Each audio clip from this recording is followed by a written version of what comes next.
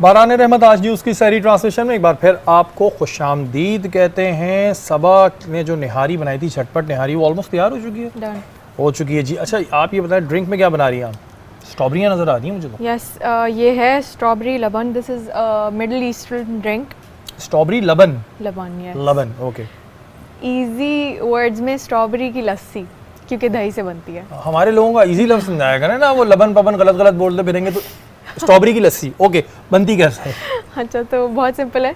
Strawberries, और मैं थोड़ा सा स्ट्रॉबेरीज़ जैम भी यूज़ करती हूँ उसमें, क्योंकि वो अच्छे से उसमें एसेंस होता है, थोड़ा सा टार्ट होता है, थोड़ा स्वीट होता है, तो वो बैलेंस कर लेता है फ्लेवर को। तो आपको एडिशनल शुगर नहीं डालनी पड़ती है।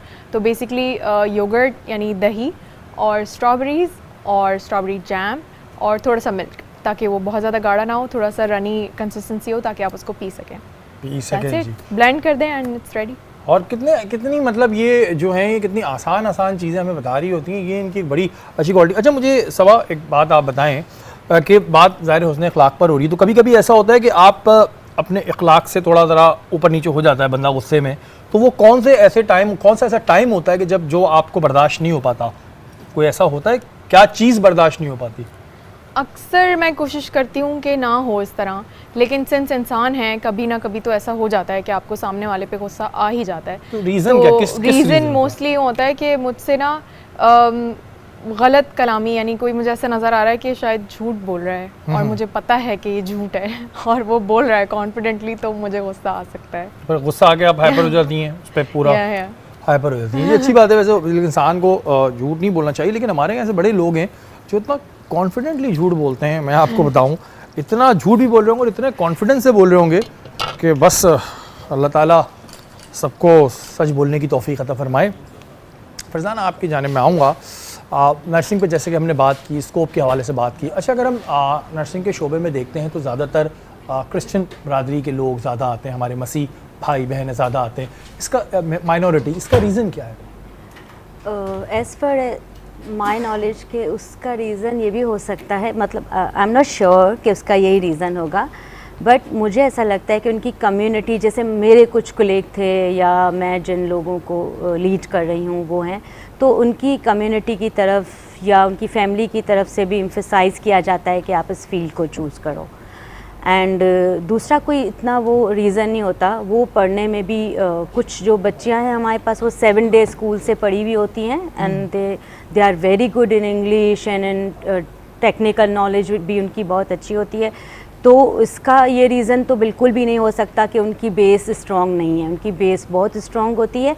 बट जो मेरी कोलीग्स हैं उनसे जो मुझे इन्फॉर्मेशन मिली है वो ये मिली है कि वो उनकी जो है वो फैमिली की तरफ से और कम्युनिटी की तरफ से भी इसके लिए उनको जो है वो एम्फसाइज़ किया जाता है। अच्छा, कुछ जगहों पे मैं ये देख रहा हूँ, मेरा तो ये बिल्कुल तासुर भी नहीं है, मैं क्लियर कर दूँ, लेकिन एक आम कुछ लोगों का तासुर ये होता है कि कुछ मिडिल क्लास फैमिलीज़ होती हैं जो इस शोबे की तरफ नहीं लाना चाहती हैं अपनी बेटियों को।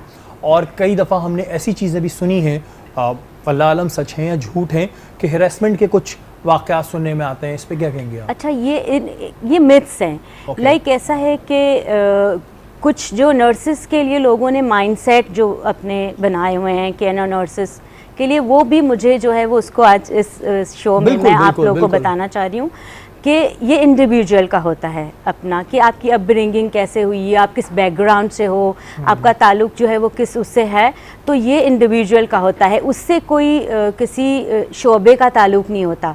उसमें डॉक्टर्स भी हो सकते हैं, उसमें नर्सेज भी हो सकते हैं, उसमें कोई और मतलब apart from nursing and medical professionals और लोग भी हो सकते हैं जो कि इनसे ऑफिसेज में ऐसे हैरेसमेंट का ऐसे कोई वो नहीं है। बट ये जो माइंड सेट है उसको हम लोग वो कर लेते हैं कि nursing is a very good profession and is noble profession. इसको प्रमोट करना चाहिए और उसका जो है वो उसकी एजुकेशन को भी, लाइक ऐसा नहीं है कि नर्स है, nurse can be A PhD। ठीक है, आपको पता है कि नर्सिंग किया आपने, देन आपने बैचलर्स किया, देन मास्टर्स किया एंड देन आपने PhD किया। ठीक है, तो PhD इन नर्सिंग, एंड मेरा ड्रीम है कि मैं PhD करूं फ्रॉम अब्रॉड और यहाँ से कहीं से भी कहीं से भी, बट मेरा ये ड्रीम है और इंशाल्लाह मैं इसको अल्लाह achieve ताला करूंगी। आपका ये ड्रीम बिल्कुल पूरा करे, आपके लिए बहुत सारी दुआएं भी हैं। एंड यू नो कि आजकल जो है नर्सिंग कॉलेजेस हैं उसमें MSCN की इतनी डिमांड है, क्योंकि मैं जो है, मैंने आपको बताया, मैं एज अ वाइस प्रिंसिपल काम कर रही हूँ at Liaquat college of nursing and allied health sciences which is part of Liaquat college and medicine and dentistry. Darul Syed हमारा एफिलिएटेड हॉस्पिटल है, राइट। तो मैं जो आज देख रही हूँ MSCN की इतनी डिमांड है, यू नो कि डायरेक्टर्स बोलते हैं काश हमने MSCN कर लिया होता, master in science nursing, because they are demanding कि हमें 3 लाख दे दो, 5 लाख दे दो, बिकॉज हमें एक स्कूल चलाने के लिए MSCN नर्स की ज़रूरत है, मास्टर्स इन साइंस नर्सिंग। सो मतलब लाइक डायरेक्टर्स मुझे कभी कभी बोल देते हैं कि लाइक हमने अगर मास्टर्स किया होता तो हम लोग अभी 5 लाख अर्न कर रहे होते। तो लाइक नॉट ओनली कि मैं अर्निंग की बात कर रही हूँ, मैं ये बात कर रही हूँ कि ऑफ कोर्स कि उसमें ये कि आपके बाहर जाने के, आपके आगे बढ़ने के बहुत चांसेस हैं। अच्छा फरजाना, अभी जैसे कोविड था, कोविड था और कोविड में हमने देखा कि बहुत ज़्यादा डॉक्टर्स ने भी, नर्सिंग स्टाफ ने भी काम किया, और वो टाइम पीरियड कैसा निकला, उसमें शहादतें भी हुई, इसके बारे में ज़रा बताइए। बहुत ही क्रिटिकल टाइम था, उसमें जो है वो नर्सेस ने और डॉक्टर्स ने बहुत ही अच्छा रोल प्ले किया उसमें। लाइक उसमें है ना, लोग जो है वो सिर्फ फिज़िकली जो है वो बीमार नहीं हुए थे, मतलब उनको साइकोलॉजिकल इश्यूज़ भी हो गए थे। लाइक उनको ऐसा था कि पता नहीं अब क्या होगा, अब कॉम्प्लिकेशन क्या होगी, कहाँ मेरे कौन से बॉडी ऑर्गन पे जो है वो असर करेगा ये कोविड। तो लाइक क्योंकि रिसर्चेस तो इतनी लिमिटेड हुई थी, पता ही नहीं चल रहा था क्या हो रहा है। किसी को हार्ट अटैक, कोई 20 ईयर्स का आता था क्लिनिक पे या डॉक्टर ER में आता था, लाइक उसकी डेथ हो जाती थी, मगर वो कहते थे अच्छा, उनको तो नहीं पता ना मेडिकेशन का कुछ, तो वो समझते थे नर्स ने ड्रिप लगाई और डेथ हो गई। उनको नहीं पता कि ड्रिप में तो सिर्फ मिनरल्स होते हैं, प्लेन वाटर होता है, उससे डेथ नहीं हो सकती। बट उनका क्या था कि वो कोविड हो चुका था, पोस्ट कोविड कॉम्प्लिकेशन, उसको हार्ट अटैक हो गया एंड देन उसकी डेथ। एक एग्जाम्पल दे रही हूँ।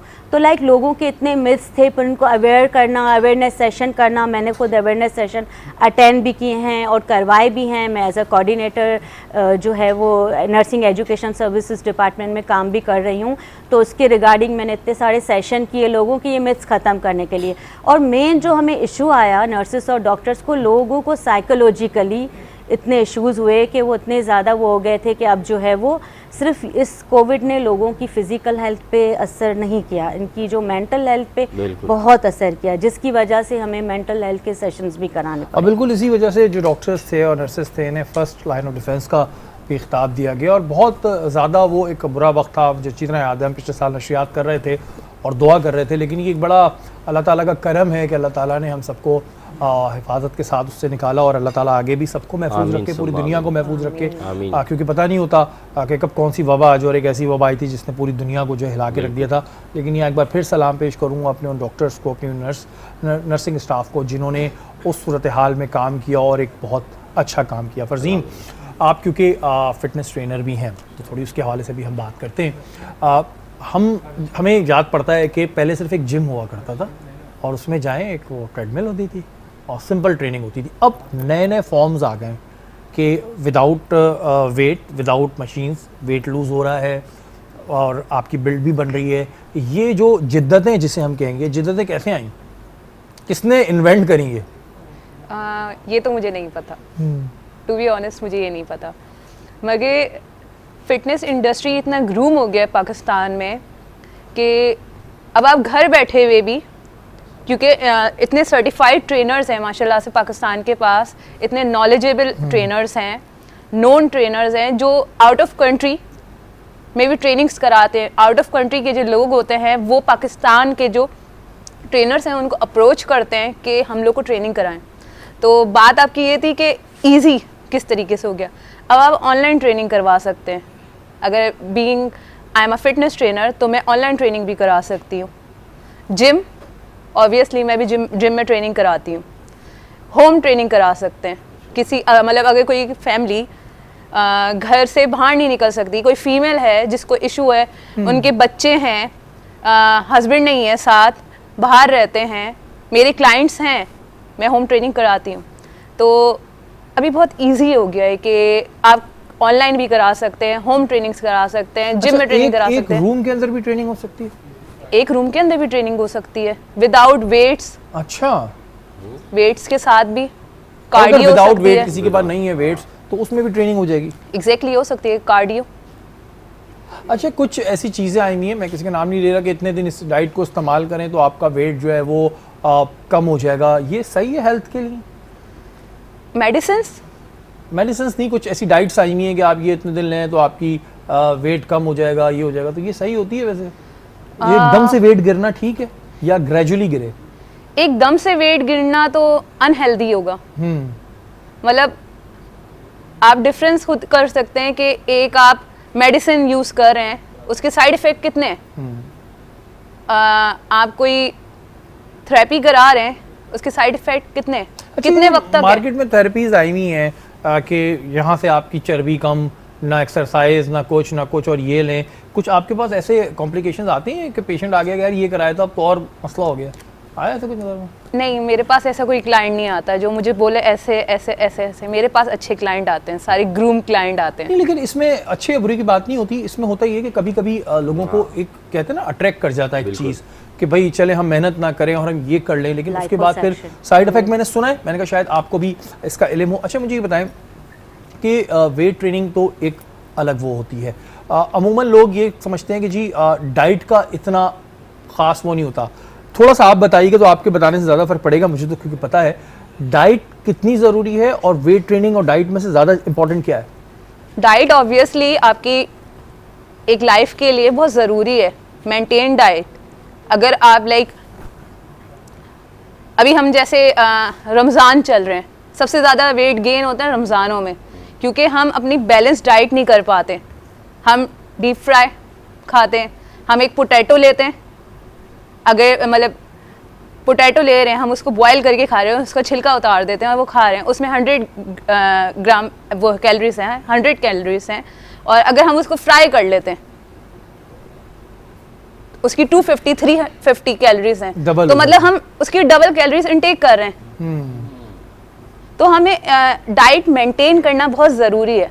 60% जो आपका जो वेट लॉस डिपेंड करता है, मुझे लगता है कि डाइट पे करता है। मतलब आप ट्रेनिंग कर रहे हो, आप फिटनेस ट्रेनिंग करे जा रहे हो और आप फिर बर्गर खा रहे हो, पिज्जा खा रहे हो, तो कहते हैं हम तो जिम जाते हैं, बाहर फास्ट फूड खा रहे हो, हम तो जिम जाते हो, ये कह देते हैं। तो भाई ये नहीं डाइट होता। मैटर करता है। ये इसी वजह से मैंने इनसे सवाल कर लिया। मैं कहूँगा तो आप कहेंगे आपका तो अपना वेट बढ़ रहा है, लेकिन होता ही है कि आप जिम अगर जा रहे हैं तो आपको रोकना ही पड़ता है। किसी ने कहा या तो अच्छा खा लो या अच्छा दिख लो, अब चॉइस इज योर्स। अच्छा, एक चीज़ और ये होती है, हमारे यहाँ लोग स्टीरॉइड्स का इस्तेमाल करते हैं ट्रेनिंग के दौरान कि जी ठीक है हमारी स्ट्रेंथ बढ़ जाएगी, स्टेमिना बढ़ाने के लिए, कुछ लोग मसल्स बनाने के लिए। बहुत से जो ट्रेनर्स हैं, मैं नाम नहीं लूँगा, कहते हैं जी जो एक बहुत खूबसूरत सी कट्स वाली बॉडी होती है, ये मैं लड़कों के हवाले से ज़्यादा पूछ रहा हूँ, ये स्टीरॉइड लिए बगैर नहीं बनती। तो इज़ इट पॉसिबल कि ये नहीं बन सकती आपकी स्टीरॉइड लिए बगैर? कट्स बहुत अच्छे जो कट्स आ रहे होते हैं। नहीं, ऐसा नहीं है। मेल में हार्मोन्स, मेल और फीमेल में डिफरेंट हार्मोन्स होते हैं, तो उनके जो मेल के जो हार्मोन्स हैं उसके हिसाब से तो आराम से आपकी विदाउट स्टीरॉइड यूज़ किए हुए लगती है। और स्टीरॉइड यूज़ करने का नुकसान भी उसी तरीके से, फॉर द टाइम बीइंग आपकी बॉडी बन जाएगी कुछ अरसे के लिए, मगर जब आप वो यूज़ करना बंद करोगे तो ऑब्वियसली एक वक्त तो आएगा कि आप यूज़ करना बंद करोगे, एक वक्त तो ऐसा आएगा कि आप ट्रेनिंग करना प्रॉपर बंद करोगे, तो वो ख़त्म हो जाएगी, वो आपके नुकसान देगी। अच्छा, ये जो हमारे यहाँ की ख़वातीन है, घरेलू ख़वातीन की बात कर रहा हूँ, इनमें आप कितना रुझान देखती हैं, कितना रुझान है अपनी फ़िटनेस को लेके, या बस वो हो जाता है कि ठीक है बच्चे हो गए, आप बच्चों में लग गए, फिर खाते खाते बहुत ही वेट बढ़ जाता है?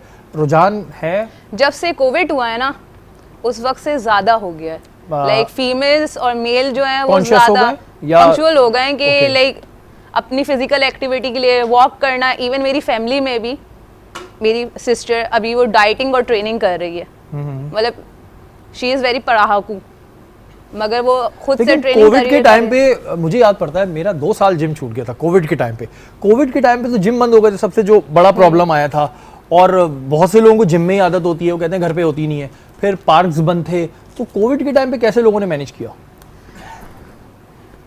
कोविड के टाइम पे कैसे मैनेज किया है, मैंने आपको बताया है ना, डिफरेंट ट्रेनर्स तो जिंदा ही है ना, ट्रेनर तो है ना। ऑनलाइन ट्रेनिंग वो अपने घर में भी होते थे, वेट्स मंगवा लें, स्किपिंग रोप मंगवा लेनी, मैट्स मंगवा लेना, और वो घर में बैठ कर ट्रेनिंग कर सकते हैं। ज़रूरी नहीं अगर आपका ये सामान नहीं हो, आपके पास रूम हो, थोड़ा सा एरिया हो, आप उधर भी ट्रेनिंग कर सकते हैं। तो वो मैडम जी करवाते बहुत थे। ज़रूरी होती है फिटनेस का ख्याल रखना। लाजमी नहीं है कि आप कोई बहुत अच्छी बॉडी बना लें कर लें, आप वॉक करें डेली। अगर आप इतना कुछ नहीं कर पाते 30 मिनट्स की वॉक ठीक है, और अपनी सेहत का ख्याल रखें, क्योंकि आजकल हम देखते हैं कि जवान लोगों को हार्ट अटैक्स आ रहे हैं, चाहे मर्द हों या औरतें हों, और भी बहुत सी बीमारियाँ हो रही हैं। इन सब की वजह ये होती है कि हम इतना खा रहे हैं, इनटेक कर रहे हैं और उसको बर्न आउट नहीं कर रहे। और पहले के दौर से लोग मिसालें देते हैं कि यार पहले के दौर में इतना खाते थे कि एक तो पहले के दौर में चलते बहुत थे, दूसरा जो पहले के दौर में ग़िज़ाएँ होती थी उसमें ये नहीं होता था कि अंतड़ियों से जानवर की तेल बन रहा है या मसालों के अंदर जो है वो मट्टी का बुरादा मिलाया जा रहा है, ये सब नहीं होता था। तो पहले खालिस चीज़ें होती थी। अब अगर आज का बच्चा या आज के हम लोग हैं कोई खालिस चीज़ खा लेते हैं तो इनफैक्ट हमें वॉमिट सी होने लगती है। तो रीज़न ये होता है कि जब ऐसा फील हो समझ लें कुछ खालिस खाया। मोहसिन भाई बात जब मैंने शुरू में की थी कारोबार के हवाले से, अब इखलाक में कई दफ़ा ऐसा होता है, जो मैंने सबा से भी सवाल किया था कि कई जगहों पर आप किसी को से इखलाक से बात करते हो और वो आपको फॉर ग्रांटेड ले लेता है। वो ये सोचता है कि ठीक है यार ये तो बेवकूफ़ है, और फिर वो आपके साथ करता रहता है करता और आपके भी पेशेंस कम होने लगते हैं। ऐसी सूरत हाल में कैसे हुस्न अखलाक दिखाएं? देखिए, सबसे पहली बात कि हुस्न अखलाक का जो ताल्लुक़ है वो ताल्लुक़ इसलिए है कि दूसरा आपकी बात को सुनकर आपकी तरफ अट्रैक्ट हो या अट्रैक्ट ना हो, तो आपकी जो है उसके लिए जो गुमान हो वो नेगेटिव ना हो, इसलिए आप उससे अच्छी तरीके से पेश आते हैं या अच्छी तरीके से बात करते हैं। लेकिन अगर कोई शख्स ये समझ रहा है मिसाल के तौर पे कि यार मैं अमीर हूँ या फिर मैं पैसे वाला हूँ या ताकतवर हूँ, तो ये इसलिए मुझे बड़े प्यार से बड़े आहिस्तगी से बात कर रहा है और बड़े शाइस्तगी से बात कर रहा है, या फिर कोई नाजायज़ करता जा रहा है और जुल्म के बदले में भी आप बड़े प्यार से नहीं हज़रत ये, तो इस्लाम ने इसकी इजाज़त नहीं दी। अच्छा। बिल्कुल नहीं दी। बात यह है कि अगर कोई शख्स आप पे जुल्म कर रहा है, कुरान पाक की आयत आपको सामने मैंने पहले शायद बयान की भी है कि अगर दो मुसलमान आपस में वो लड़ें और आपस में अगर वो नहीं लड़े तो आपका काम है आप उन्हें सुलह करा दें, यानी कि हुस्न इखलाक के साथ उनके साथ पेशा उनको आपस में मिला दें। और फिर भी अगर तीसरा यानी कि दोबारा अगर जो ग्रोह है या कोई शख्स है फिर भी ज़्यादती कर रहा है, तो फिर आप उसके साथ दूसरे के साथ मिलकर उसके साथ लड़ें कि भाई तुम कौन होते हो, किस बात के इसके साथ ज़्यादती करो या किस बात के। अब उससे अखलाक से पेश नहीं आना, बल्कि उसको जतलाना है कि देखो हम तुम्हारे साथ बड़े अच्छे से पेश आए, हमने तुम्हारे साथ अच्छाई भी की, लेकिन तुम इसका फॉर ग्रांटेड मत लो कि हम तुम्हारे साथ अगर अच्छाइयाँ कर रहे हैं, मोहब्बत से पेश आ रहे हैं, तो ये मतलब नहीं है कि अल्लाह ने हमें ताकत नहीं दी या हमें क़ुव्वत नहीं दी, बल्कि उसको भी उसी ज़ुबान में समझाने का हक़ है। लेकिन उसमें ज़ुबान में समझाने के हक़ से क्या मुराद कि उसे गाली मत देना है, बल्कि उसको जतलाना है कि अल्लाह ने हमें भी ताकत दी, हमें भी क़ुव्वत दी है। तो इस्लाम इसकी इजाज़त देता है। लेकिन फिर आखिरी बात जो समझाना चाहता हूँ कि कोई भी शख्स चाहे अमीर हो, गरीब हो या ताकतवर, से कोई ताल्लुक़ नहीं है।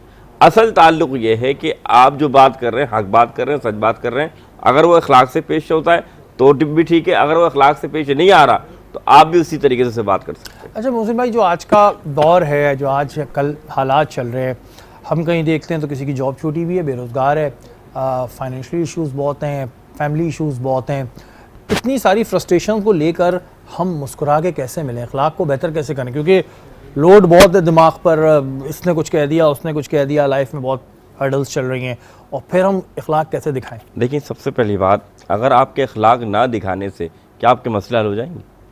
मुझे इसका जवाब दें, नहीं होंगे।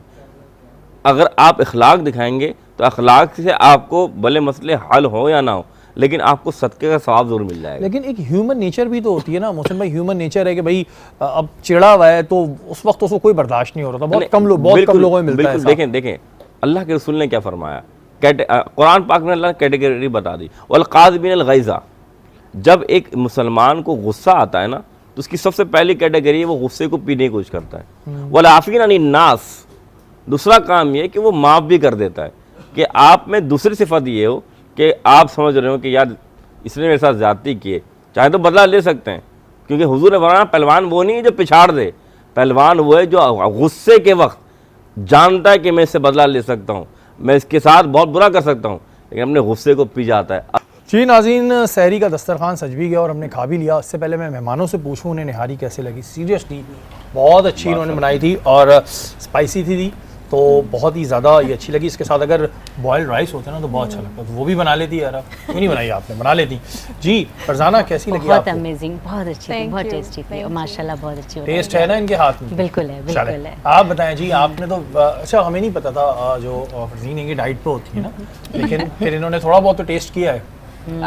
मैंने पहली बार चिकन निहारी खाई है। अच्छा। और सच में बहुत मजे की थी। तो आपने कभी भी नहीं खाई चिकन निहारी? नहीं, ये जो फिटनेस ट्रेनर होते हैं ना, इनकी ज़िंदगी इन चीज़ों से बड़ी मिस होती है जी। पाए, निहारी, हलीम, नली बिरयानी, नली निहारी, ये कुछ नहीं, ये बॉयल एग्स, फिश, चिकन, ओट क्या खा रही थी अभी आप? ये भी खा रही होती हैं आप? ओटमील। ओटमील, ये ओटमील खा रही होती हैं, लेकिन हम लोग जो है ये भरपूर इसको एंजॉय करते हैं।